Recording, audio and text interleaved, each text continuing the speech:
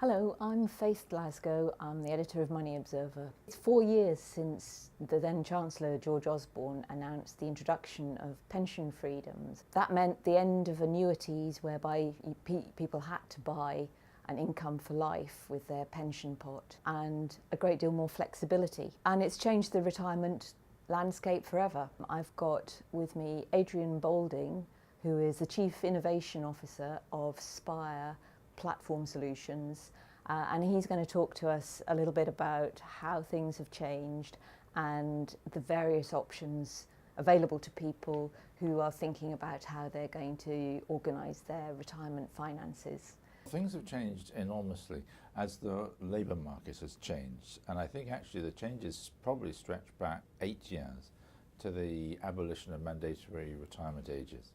So the idea that your employer could turf you out when you reached age 65 for a man or 60 for a woman, as used to be commonly the case, is now gone, and your employer is not allowed to do that anymore. What we're seeing as a result of that is we're seeing people working on a lot further than they used to. And some research that software provider Johnson Thomas has published, has shown that 56% of baby boomers now say they either have worked on past 65 or they expect to work on past 65. Many of them in a part-time capacity. So what are the main retirement options on the table for people when they do finally get to thinking about hanging up their boots? There's a lot more choice than there used to be. And again, this is one of the sea changes that we've seen in the retirement landscape. All that the money purchase scheme does is to deliver you with a great big pot of money at your chosen retirement date. And the pensioner then has to choose what are they going to do with that pot of money to stretch it into something that will then last them a lifetime. And what are their main choices at that point? In essence, there are three choices. 51% are taking cash the whole pot in one go, and literally paying the tax bill and taking the rest of the pension pot as money and walking off with it. And in fact, the majority of those walk no further than their nearest building society, where they promptly deposit it. I think it is something that they feel they understand, even if it's only paying them a very, very low interest rate in the current circumstances. In second choice, with 37% of people choosing it, is the income drawdown plan, where you leave your money inside the pension plan, still invested in the funds that you've chosen, and you literally draw off an income of whatever amount you want to draw off every month.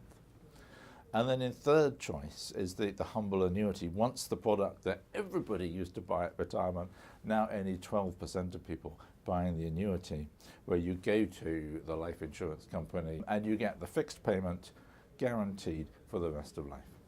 Could you briefly sort of sum up the pros and the cons for each? I think I'll start with the cons for the cash it all in at once, because unless it's a very small pot of money where it might have made sense to cash it in at once, cashing in one of these sort of lottery-sized wins is a terrible thing to do. So the real choice, assuming that you're not going to cash it all in at once, the real choice is between the income drawdown plan or the annuity plan. And the choice infrastructure today is very much set up as either or. If you go down the annuity rate, then today for a 65-year-old it returns an income of about 5.5% a year, which of course is made up of a mixture of interest and return of your capital, because the annuity gradually returns your capital during the rest of your remaining lifespan. And that is guaranteed, and that will last for as long as you live. So you have successfully insured against the risk of living too long. Alternatively, you can go for income drawdown, where you can invest it much more flexibly. It'll kind of sit on funds that can invest in the stock market, and so hopefully get greater returns in the long run.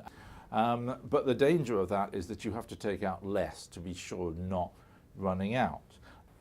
So on the one hand is basically absolute security, and on the other hand there is an element of flexibility. You can vary the amount that you take.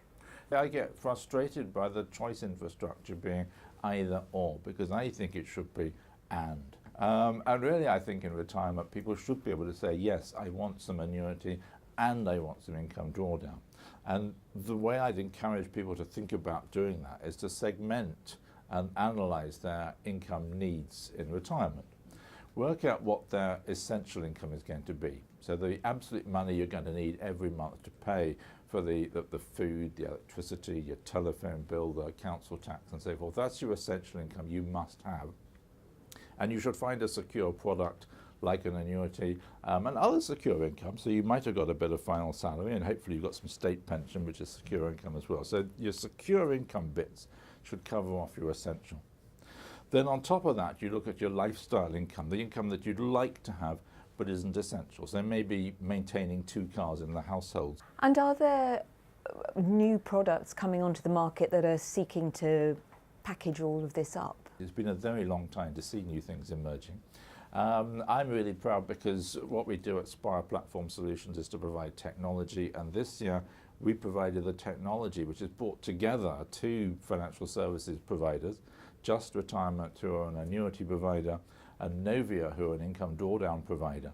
And with our technology and a bit of clever inventing which went on, we have managed to put the annuity inside the SIP, which enables people to do that and rather than the either or. And so people can, within the one product offering on the Novia platform, they can have both income drawdown and some annuity tucked inside it, so that their essentials are covered off with a secure income that comes month by month. Their lifestyle is provided by the income drawdown, but because we put them together, they can actually flex the 2 as they go along. Well, Adrian Boulding, thanks very much for coming in and talking to us. Lovely, thank you.